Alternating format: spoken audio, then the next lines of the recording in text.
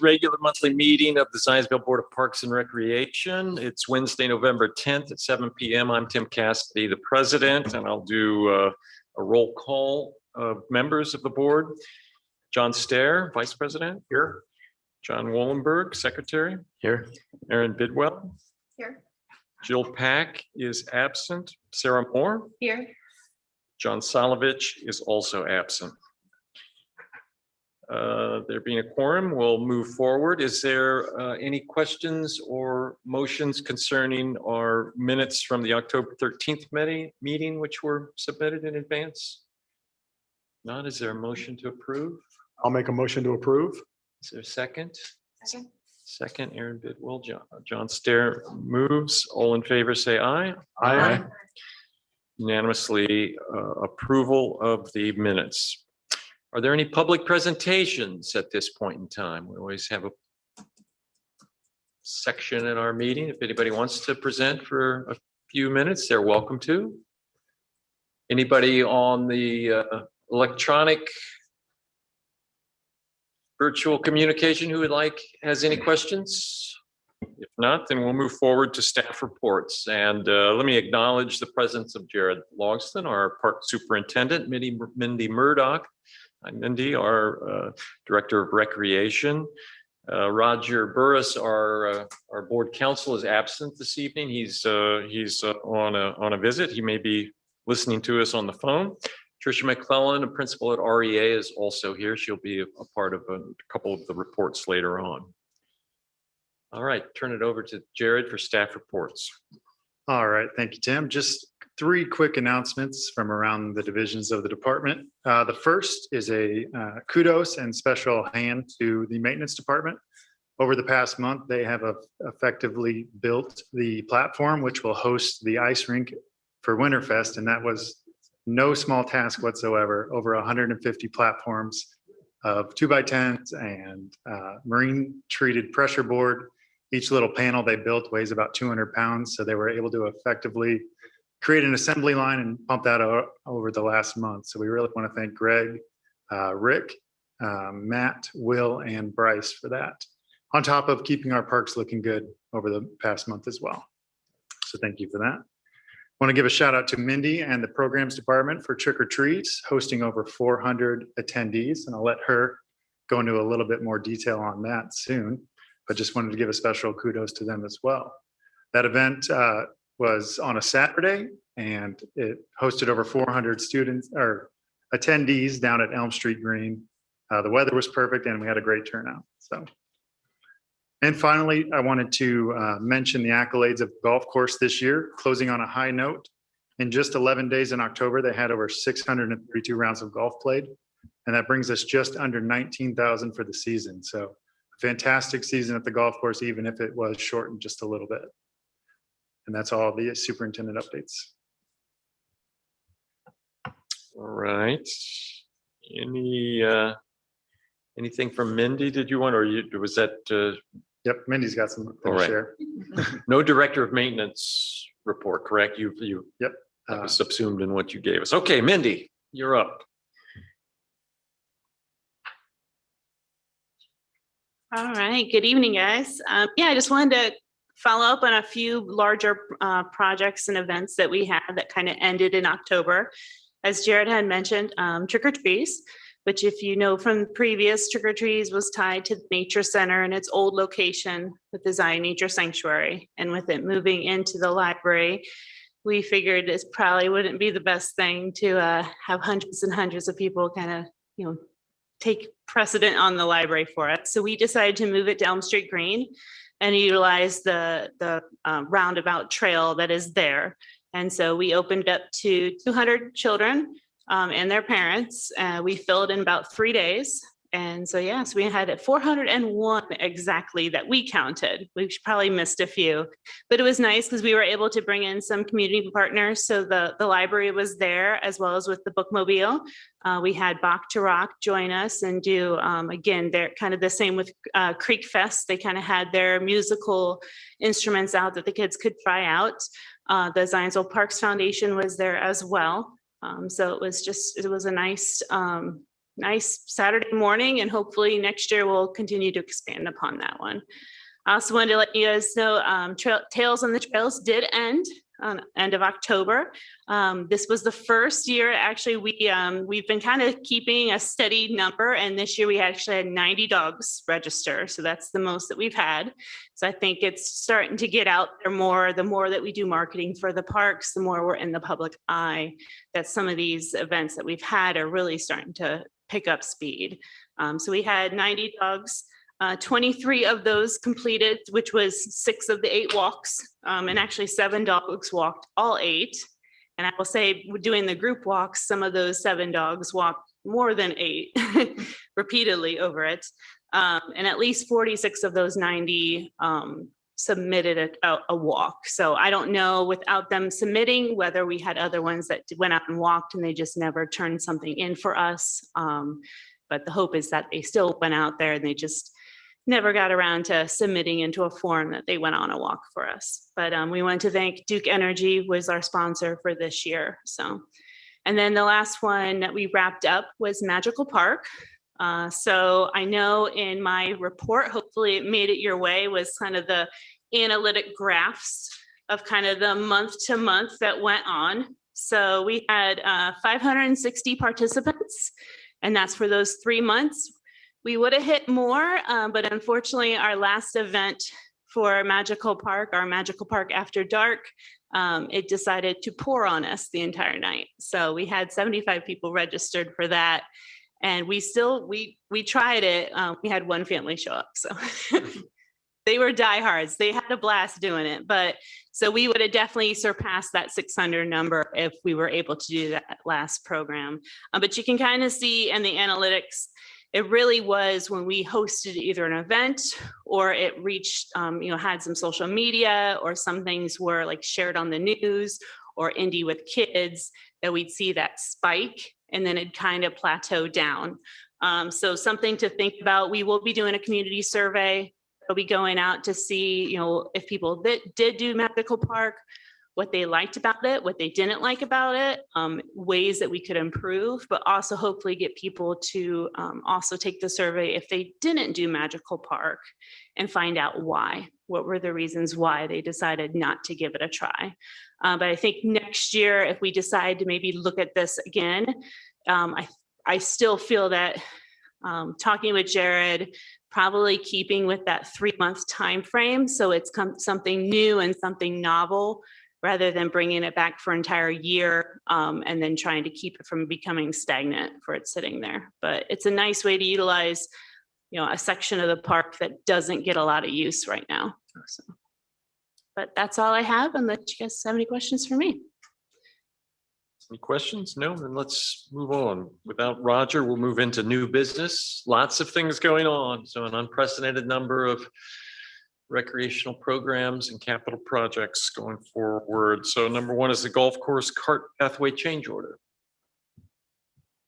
Yep, thank you. So earlier this year, we did receive a bid for the cart improvement project. And this project was, took a look at our budget and kind of identified the areas that needed the most repair, knowing that we couldn't overlay the entire golf course. So we've identified those stretches that need the most attention, and we'll create a cohesive cart path system once we open up back in 2022. So I wanted to provide a quick picture of the active project going on site. This was snapped today by Mike Wall, our golf course manager. So Citywide is actively on site and moving dirt and paving. Yeah, I took a walk over there today, first time in a month. So it must have been the right day to go there. But they had all the excavation done for the coming down from the 9th hole tee down to the fairway. That was nice. And talked to the truck driver, and he was giving me all sorts of insights about, this looks bad because we had to get the trucks here, think about trying to get the trucks back here and we'll clean it up. And, Yep. So construction's never pretty, but we will patch it up and have a nice course when it's all said and done. So when we met on site with Citywide, the objective is to improve the course and really make this project last and improve the flow of the course. So We did identify 4 areas that could change to the original scope of the project, and I want to talk about those tonight. It is my recommendation to approve 3 of these and move forward with a change order. And I'll tell you why in a few minutes. So area 1, you can see on the map, was an additional 1,000 square feet of cart path that wasn't included in the original scope of the project, but this portion, does flood regularly. So it is in quite the disrepair of just even over the last year. So I would like to include this into the scope and extend our paving just a little bit further outside of that original contract. The second area.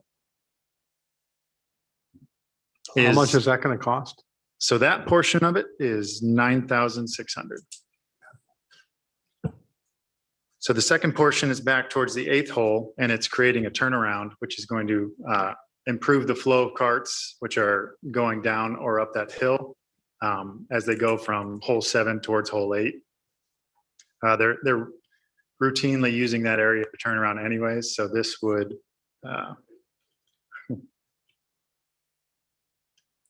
allow for more efficiency and not tearing up the grass. This will be a paved portion of the turnaround for that. So that improvement would be $8,795 for those materials and the labor to do that. Now with hole 8, we have been in coordination with Duke Energy, who is looking to replace the power poles that run through the easement to the side of the golf course. So in coordination with them, we figured out a new layout of that back pathway that will, instead of using the existing perimeter path, we're going to move it in towards the hillside and kind of allow for less conflict in the future as they come to work on their course. So they have given us a handshake that they're willing to fund that portion of moving the tee and the cart path over to mitigate some of that future interference. So that portion of the project of moving the tee and changing the cart path location is $12,492. And that's what we hope Duke will pay. Duke That is amount. willing to pay that portion of it, yes, as well as moving the irrigation heads. So it really is a win-win partnership for both their future maintenance as well as our course layout. And It's area 4. that was area 4. So the one I didn't mention was area 3, which is the gravel lot where the carts are currently parked. And this is where the crews wash the carts, and there is some water that does stand on occasion until it seeps through the ground. So they did add stone this year to kind of improve some of that mud, but realistically, it would have been nice to pave this portion as well. But for that area, it was approximately $29,000. So just a little bit out of the budget scope for this portion. So as we look in the future to renovating maybe the other parts of the cart paths and refabricating or renovating the facility, we can look at also paving that portion. So with those 3 components of a change order, the total would be $30,887, which has already been allocated. And again, Duke is willing to partner with us on that for approximately $12,500 of that. So happy to answer any questions. Any questions? We've got the money in the budget. That's within our contingency. Yes, so there was $100,000 allocated within the golf course budget in addition to our additional appropriation. So we did have a little wiggle room with this project should things like this pop up. So we were prepared for this. Are we out of wiggle room if we approve this? No, we still have a little more wiggle room.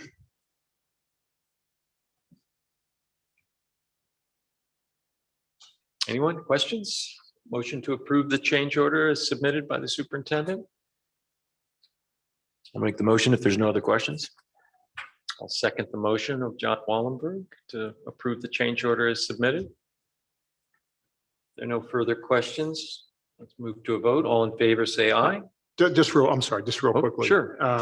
So you're not suggesting we do area 3 right now? That's something we look at Correct, to the yep. future. Okay, I just want to be clear on that. Thank you. Okay. Yeah. Let's just a moment, Pete. Let's finish the vote. All in favor, say aye. Aye. All opposed? Motion unanimously carries to for the change order. I would like to acknowledge, thank you. I know the president and the vice president of the Penny Putters are here tonight. Thank you. Pete Prost, who works on the golf course and is much, much more than just an employee, and Larry Fry, senior golf league leader, is here. So go ahead, Pete. Do you have a question? I'm out there working in the morning and in the evening, and they made it very clear to me that they're not doing the front of the course until somebody does the grading. They're definitely not doing it this year. And that we have to be ready for increased costs because of oil costs going up in the asphalt. And I don't know if they mentioned that to you or Mike, but that's a pretty big deal. I think that now talking to them, I said, you can't come back here in the spring. It's so wet here in the spring, you're gonna make an absolute mess.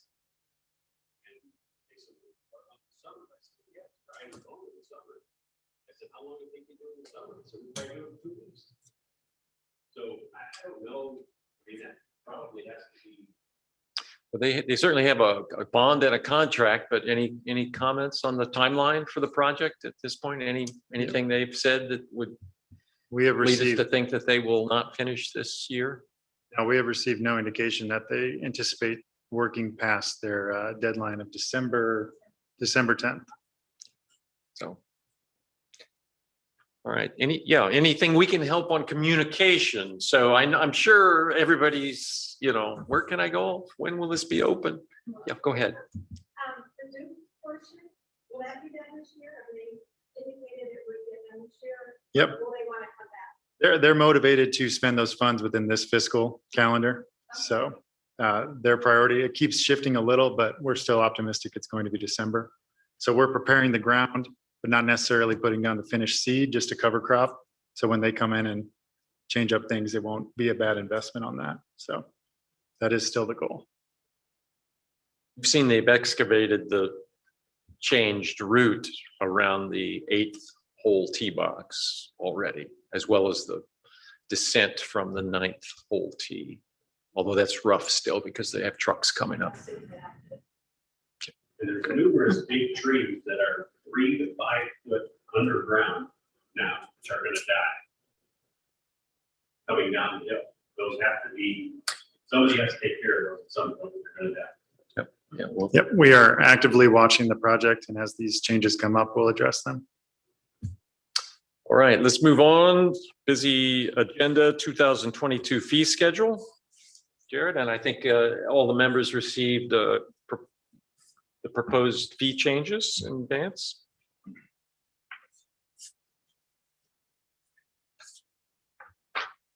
Okay, so in looking at next year's programming, we have to reflect the general fund and the overall trend of our town, which is investing in our staff. So in 2020, the administration and human resources conducted a compensation study where they benchmarked our positions with the regional market to see whether our employees are fairly compensated and to create bands in which there's a low, medium, and high for each classification. So the goal of 2020 was to move all positions at least to that minimum, lowest tier of that band system.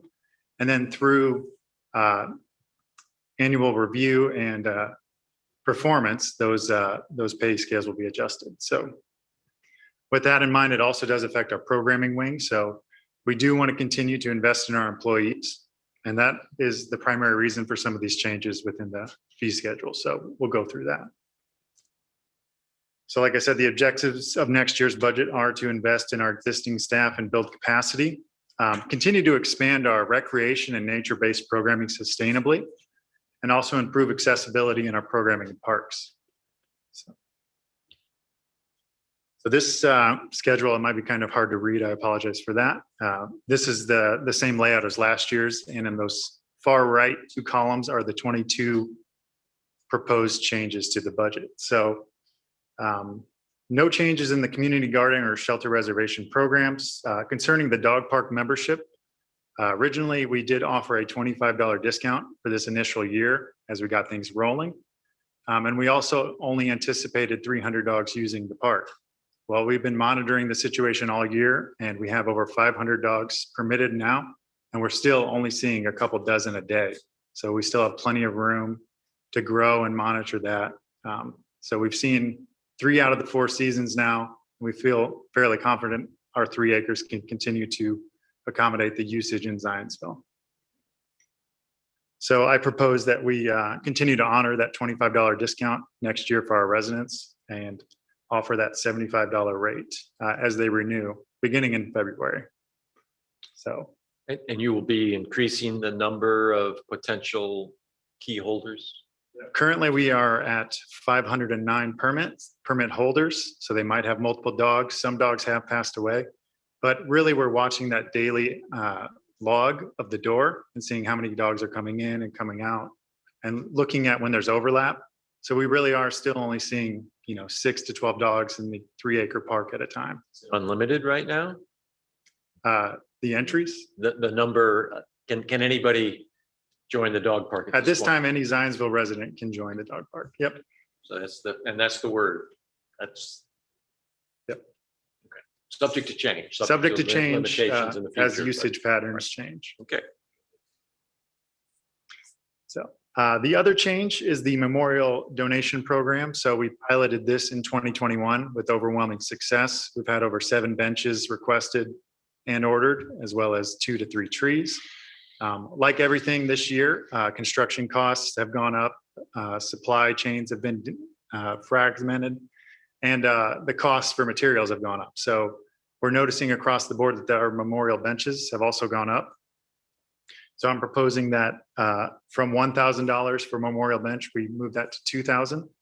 And that's to not only purchase the bench and the plaque, but also have a small percentage that we hold on to should we need to replace any objects within the memorial program. So just keeping that a self-sufficient program to assist our park system as well as honor loved ones. So, and also for the tree, we're noticing a change in the plaque prices. So recommend moving that from 400 to 600. So as we look across the industry here in Indiana, Brownsburg also has a program, and their benches are currently at 2,000 this year. So we really are just matching kind of where the market is now. As we look to Fort Wayne, their program's actually at 2,500 for a bench. So just trying to get more in line with the true market.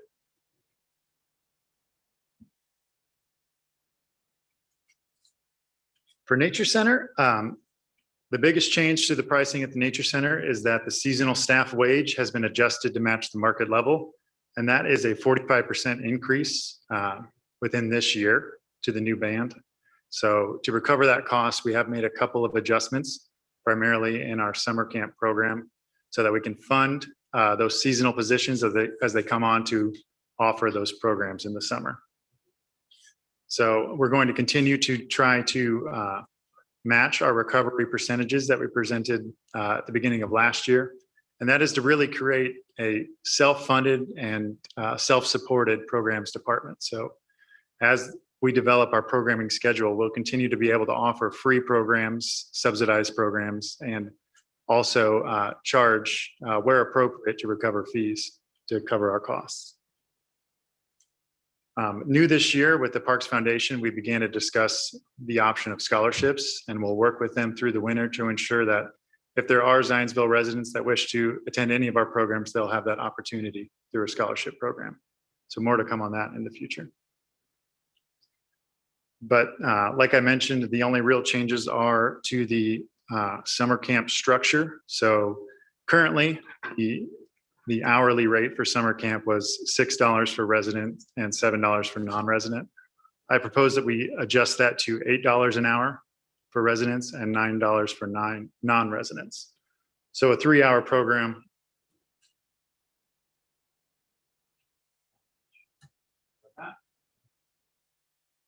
Three-hour program that was $90 would now be $120 with the new market. And that's a 3-hour program for the entire week. The only other adjustment would be to the birthday parties, which were very popular with our old nature center, and we're looking to develop them in our new nature center inside of the library. So we are looking to keep that rate for that 2-hour programmed party the same for residents, but bumping it up another $10 to $175 for non-residents. So I know those have been very popular in the future, and we look forward to bringing those back. So as we look at the market, Zionsville, with their 3-hour program for 5 days a week, would be approximately 120. Brownsburg offers a 7-hour program for 150. Carmel Clay offers a $200 for the week program at 10 hours. And then Noblesville offers 135 for an 8-hour program.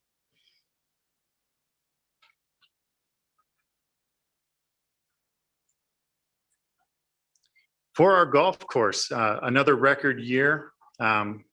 There's no doubt that the COVID pandemic did have some benefits, although far outweighed by the negative. But one of those was people went outside, they utilized their parks, and they rediscovered golf. So it has been a national trend that there's been a resurgence in golf participation, and we've witnessed that at our course. So the goals of next year's budget are to recover the revenues to fund our investment in staff. So at the pro shop, staff received a 45% wage adjustment to match the market levels. And within our maintenance department, they received a 60% wage adjustment to match the market. So this is going to allow us to retain more talent and also recruit from the region for those interested in working at golf courses. So we are happy to offer that and be able to support that. Beyond recovering that cost, we're also looking to reserve and establish an operating fund reserve. So as the golf course revenues dip, we want to be able to sustain years that are leaner, years that are a little bit more surplus, and retain a percentage of the annual operating budget should we need that for emergencies. So that's kind of the goal Mike and I are developing on what that percentage of the overall budget should be. We'd also like to establish a capital replacement reserve. The building has been standing there for a very long time. And although we are not looking to replace it anytime soon, that day will come. And we want to begin to invest not only in cart paths, new maintenance barns, but also the facility, parking lot, and any other large capital outlays that may come up in the years to come. So continue to work on creating a capital recovery list and formally begin to armorize those funds when those when those renovations and repairs are needed. And we also want to enhance the golf course. Mike and I were walking at it this month, so began to talk about potentials for continuing to beautify and enhance and improve the course. So as we receive funds beyond that operating and capital reserve, we'd like to reinvest them in the course when appropriate. Will you be able to have finance create a new capital reserve account for the golf course? Yep, we can work with that. So for the 2022 season, just a couple of adjustments to note. Within the 9-hole weekday game, the current rate is $12, and we propose without cart to move that to $14. 18 holes would stay the same rate. We only have about 5% of our clientele that actually come back for the second round of the 9-hole course, so not to decentivize that. On weekends and holidays, the current rate was $17, and we propose adjusting that to 18. And again, leaving the 18-hole course fee the same. For season passes, we did look at adjusting the adult rate up $100 to $700. The 55 and better, I'm sorry, I gotta read it from my other screen, apologize. So the adult pass would move from $600 to $700. The 55 and better couple would move from $775 to $800, and that is the same rate as the veteran couple. The adult couple would move from $1,000 to $1,100. And again, that is to recover some of those costs associated with the higher staff wages and keep the golf course a self-sufficient and profitable course. And comparison across the market. So with the proposed changes, Zionsville would be $14 for the weekday and $18 on the weekends. comparing that across the board, it's still the lower course in the region. So Zionsville has invested a lot in this course over the years, and we're happy to be able to offer this to the community at a discounted rate compared to some of our other courses. People have really, the feedback I've received has been extraordinary on the way the course has been kept, and that's a part of the investment we made 3 or 4 years ago in irrigation. The new golf carts have been popular, and it's reflected in their use as well. And the paths will be really, really popular. So this is, I think, very modest increases given the investments that are going into it and given the market.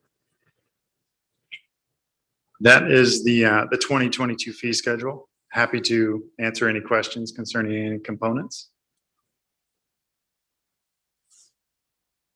Jared, can you just go back to the summer camp numbers for a second? Yes.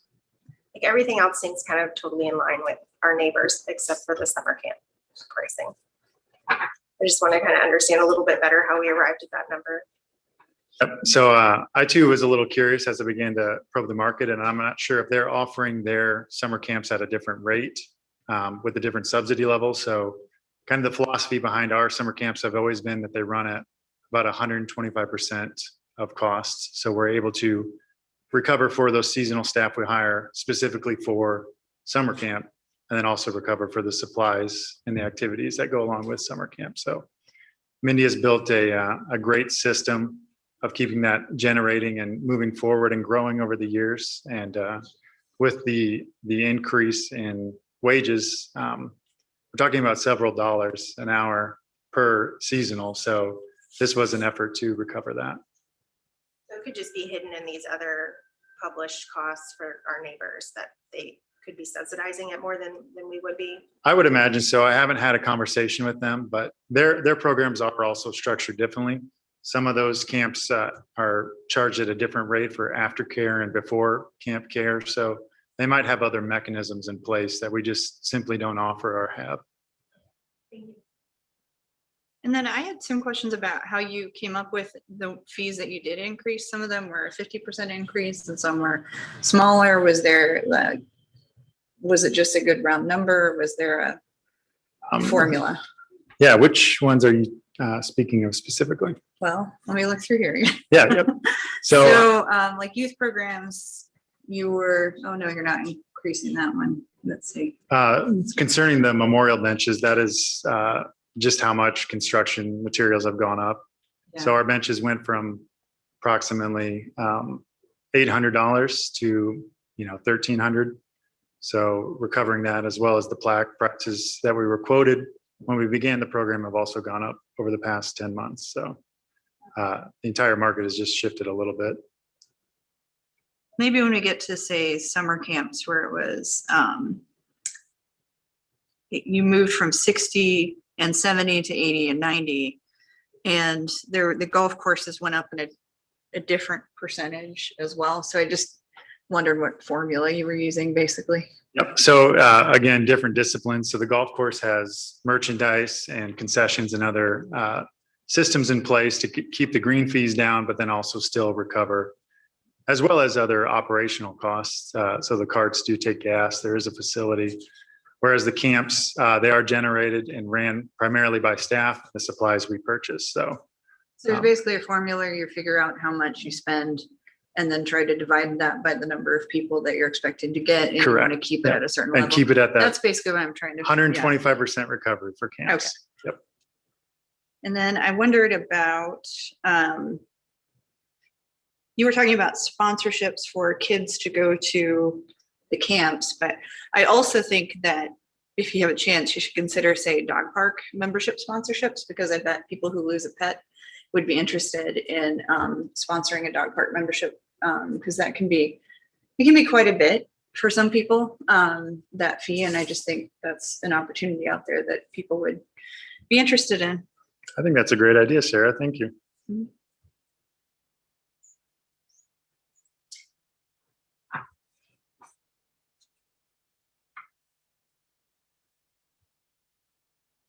Procedurally, the fee schedule will go further to the council, or this year. Yeah, what procedurally, where are we? What do you need from us tonight? Yep, the Parks Board or the Parks Department fee schedule is ratified by the Park Board and approved. So it doesn't require council approval after this state. We are the ones that set those pricings. Any other questions? Is there a motion to approve the fee schedule as proposed, or I'll make a motion to approve the fee schedule as proposed. second? John Stairs made the motion. John Wallenberg seconded the motion to approve the fee schedule. Any further questions? If not, we'll move the vote. All in favor, say aye. Aye. Aye. All opposed, nay. The motion unanimously carries to approve the fee schedule as submitted. Thank you. And I just want to reiterate that we are aware of, the cost this could have on families. So that is why we explore every opportunity we can for sponsorships and scholarships and other ways to make these equitable programs to our entire community. All right, next new business is Northern Rail Trail expansion. Tim. Brief, Larry. What's up? The senior rate you just put up there. Most of the seniors are old like I am. They don't walk anymore, a few do, but they need to ride. And the cost of living right now and everything is getting us real bad. Well, most of them, they said there are a few wealthy people, obviously, but over $1,000 for a cart and golf out there in a 9-hole course. I think it's the wrong time to make an increase in the rates on the senior. I think it's terrible. We'll make sure Mike gets So some feedback. I but- do have a comment. We did work with Mike on that. And based on observations and just our clientele that come in, we did notice that the majority of seniors do like to play during the weekdays. So I apologize. I failed to mention that the 55 and better season pass is $500 for the weekday and $600 on the weekends. So So I don't know about the couples, but the basic senior rate did not go up, but it now excludes weekends. $100, the season pass. Unless you get No, a discount for paying early. no, it's the same. but- yeah, the early bird special will still be honored as it has in previous years. It's the same, but it now excludes weekends, which, I apologize for that. I should have pointed that out.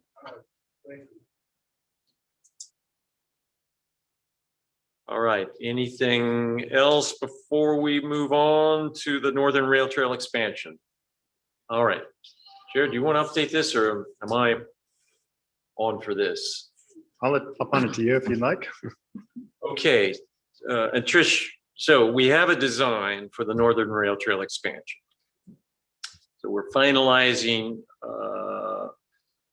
land easements with the school, with the very western terminus landowner, and we now have an agreement. Fortunately, we're happy to announce that we were able to have some meetings this week and have at least a verbal agreement to acquire the half-mile, 55-foot strip that's from center of 400 south, from 800 east to 750 east. So we have that, and we need to authorize that. So it's called the Kane property.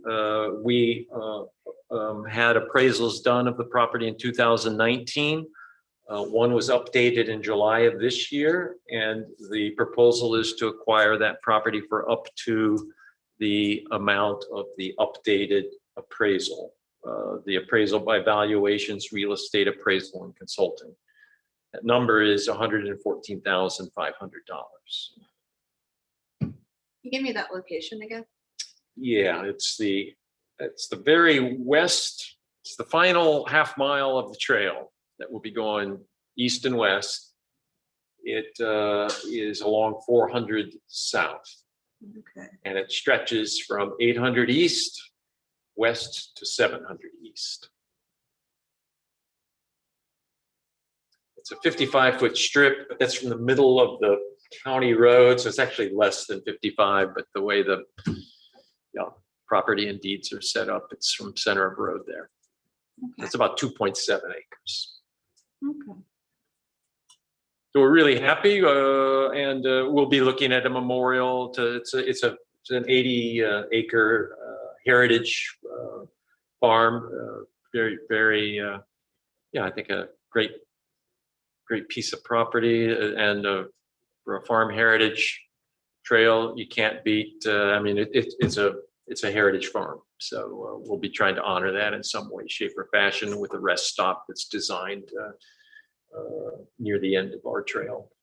So that will take us right to Whitestown, Sarah. Okay. So There it is right there. got this map pulled up. So here is Heritage Trail Park, at which point we will continue north and utilize school property with our easement to connect to the Hampshire subdivision and utilize their existing 12-foot path along 400 South, and then connecting to the Kane property, which will bring us to the terminus of the northern extension of our Zionsville rail trail and hand off the baton to Whitestown, where they'll begin their rail trail. Whitestown will be coming down from the north along that green Okay. strip. There we shall meet. That was very helpful. Thank you. It's always easier to visualize. Yeah. Any questions about the proposal? Again, this has been, we've talked about this before, and Right. there's been, Yeah, it's been I just going on wanted to forever say- and ever. This is the last piece of land for the entire north and south expansion. It was listed on the Next Level Trails grant, which we were awarded for 1.8 million in construction. So this is truly the last piece of our match for that $3 million grant. Do we know yet if Whitestown got their Next Level Trails grant? They are submitting an application, and I believe their applications are due in December. So Okay. that'll be announced early next year. Great. We, fingers crossed, the Yeah. board did write a letter of support, and we're hoping that Lebanon and other communities did as well. So I'd like to make a motion that the board approve and authorize its president or superintendent Logston in consultation with Attorney Burris to finalize the agreement to acquire and to take all steps necessary to close the acquisition of what's we call the Kane property at a price up to the amount of the updated appraisal done in July of 2021 by evaluations. Second to that motion? I will second that. John Wallenberg seconds. Any questions? If not, I'll move the motion. All in favor, say aye. Aye. All opposed, nay. The motion unanimously carries. Tricia, while we have you here, is there anything more on the north extension before we leave that? Design documents are ready to go. Pending DNR thumbs up, we're ready to move to the construction document phase of that. All right, so let's move on to the Carpenter Nature Preserve update. As you know, the Carpenters purchased the former Wolf Run Golf Course with the intention of partnering with the town and transforming that into a nature preserve with a focus of potentially housing the future nature center. So this week, we had the pleasure of working with Tricia and her team, Delve and Ecologic, on creating some concepts for the master planning process of that property. So I'll hand it off to Tricia to kind of talk a little bit more about that process and where we're at. Good evening, everyone. Just want to say a quick thank you to the board, to the town, and to the Carpenters and Jared just for the vision of looking at this property and all that it can be. It's pretty exciting. So we had our 3-day charrette. We developed 3 concepts for the site and had a preliminary look at that with John and Tim and some others. And it also included 3 options for the building. So just looking at some different ideas of different things that we can go out there. Of course, the main focus is the nature center, the potential for the nature center to be out here and it being a nature preserve. We also looked at some other more active type of elements to get people out. Things like scout camping, of course, hiking and running, maybe cross-country skiing. So looking at some, some all-weather activities out there. We're still continuing to refine those concepts. So we hope, in the next month or two to have something to show to the board, including some costs, which is always the first question that comes up whenever I show you all a concept is how much are we talking here and what's the phasing on it? So we hope to have that and continue the conversation with you all, and with the carpenters as we work through those designs. I think that's about it. Any questions for me? No, thanks. Thank you, Tricia.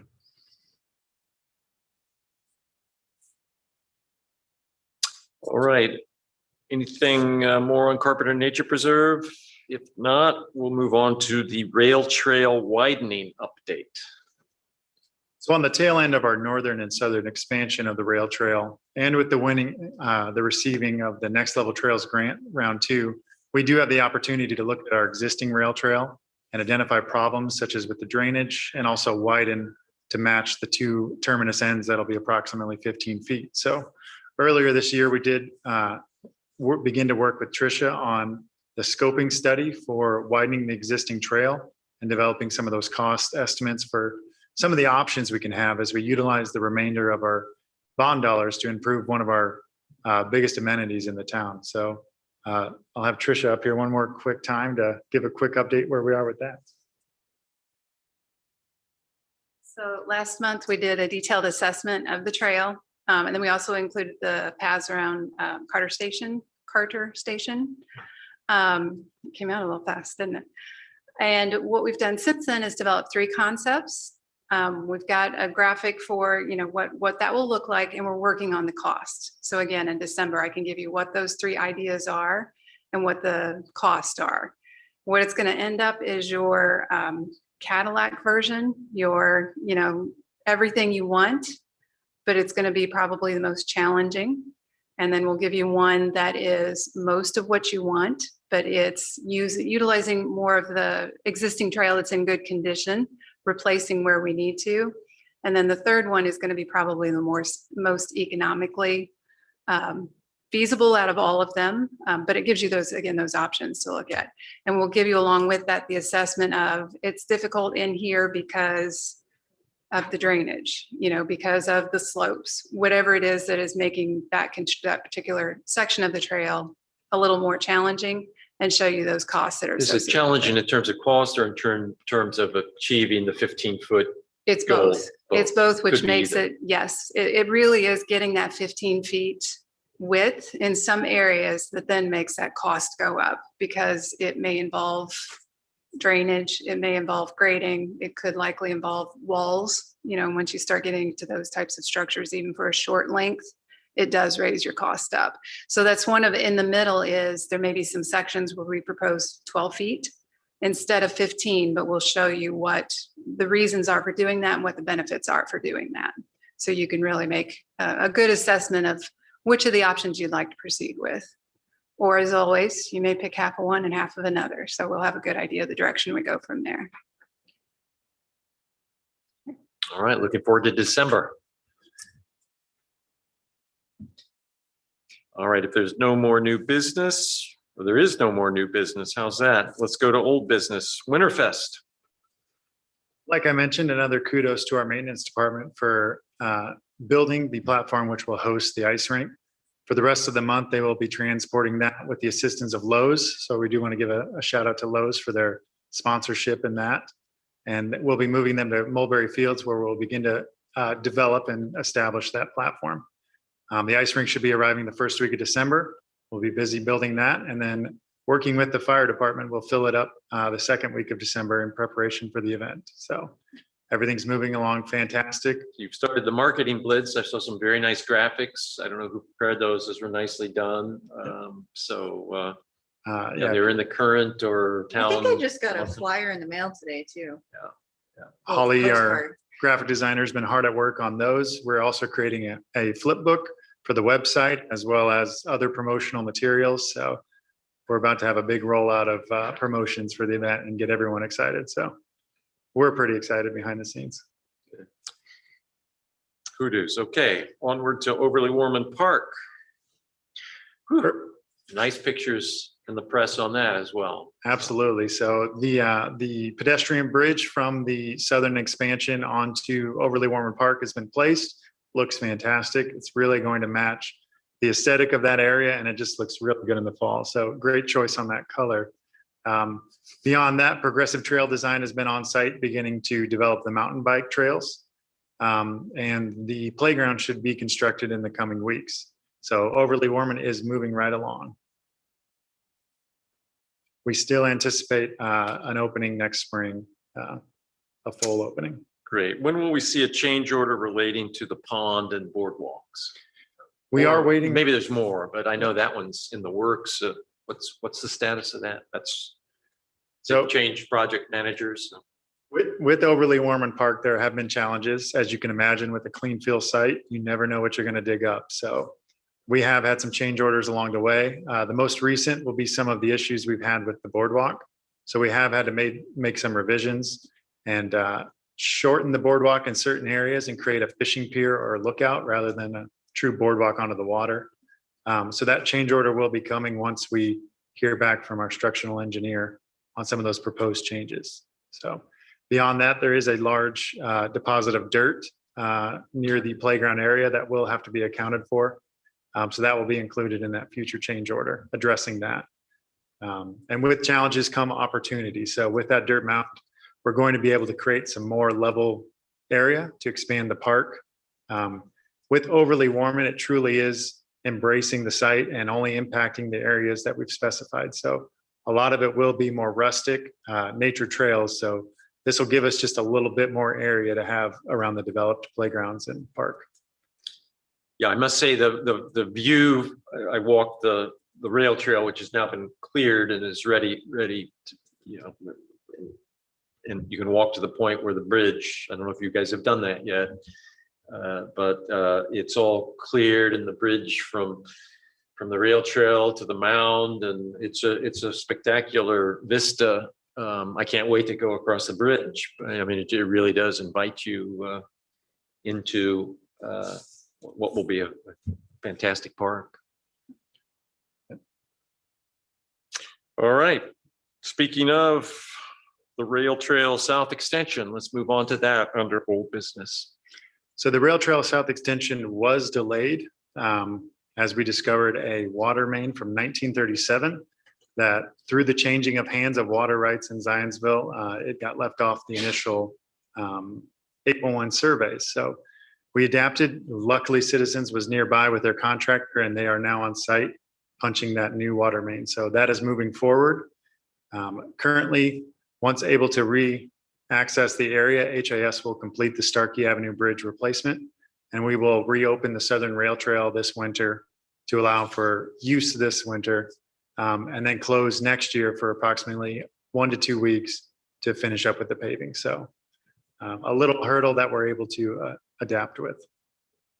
Although we should point out that it's going to be dirt this winter. This winter, it will be a dirt path, which will be nice when it's frozen, but may present some challenges in the spring. Yeah. But that's great, a twofer. I mean, a 1930 water line, it probably serves my neighborhood, and I thank you for finding, and thank you to the water company for replacing. It's a twofer in my book, so not bad. Yep. Anything more on the rail trail? North or south? And let's move to Heritage Trail Park Phase 2, final item of old business. So Heritage Trail 2, Phase 2, the playground has been installed. This was the inclusive playground designed for everyone to get to play for ages 6 to 12. So the playground has been installed and we're pending final walkthrough and sign off on the project. So happy to have that open. Saw some kids playing on it and we got the thumbs up. So they're enjoying it. Great. Any other board-related items? If not, let's move on to claims. Has everybody received the claims, and are there any questions, or is there a motion to approve claims as submitted? There was one revision to the claims, and that was 4 transactions to Cintas that should have been accounted for under the golf course budget. And that is just towels that they utilize every month. It's a service. So those were just coded to a different fund and have been moved over. Questions? There were a lot of golf course claims, but I assume that's from the end of the season, right? Just wrapping things up. Yep. Fertilizing for next year and all that. Yeah, Winterfest, it was a big month for Winterfest as well. So Yep. That was our investment. So Absolutely. here we go. Here we go. All right. And is there a motion to approve claims as submitted? I'll make a motion. I'll second it. Sarah Moore makes the motion. John Stairs seconds the motion to approve claims. Any other questions? If not, I'll call the question. All in favor of the motion, say aye. Aye. All opposed? Motion to approve claims is submitted unanimously carries. All right, so that brings us to the end of our meeting. Right at short of 60 minutes. Oh, excellent. Is there a motion to adjourn until our regular December meeting? Now I'll make the motion to adjourn. Seconded. All in favor, say aye. Aye. Aye. All opposed? We are adjourned. Thank you all. Thank you.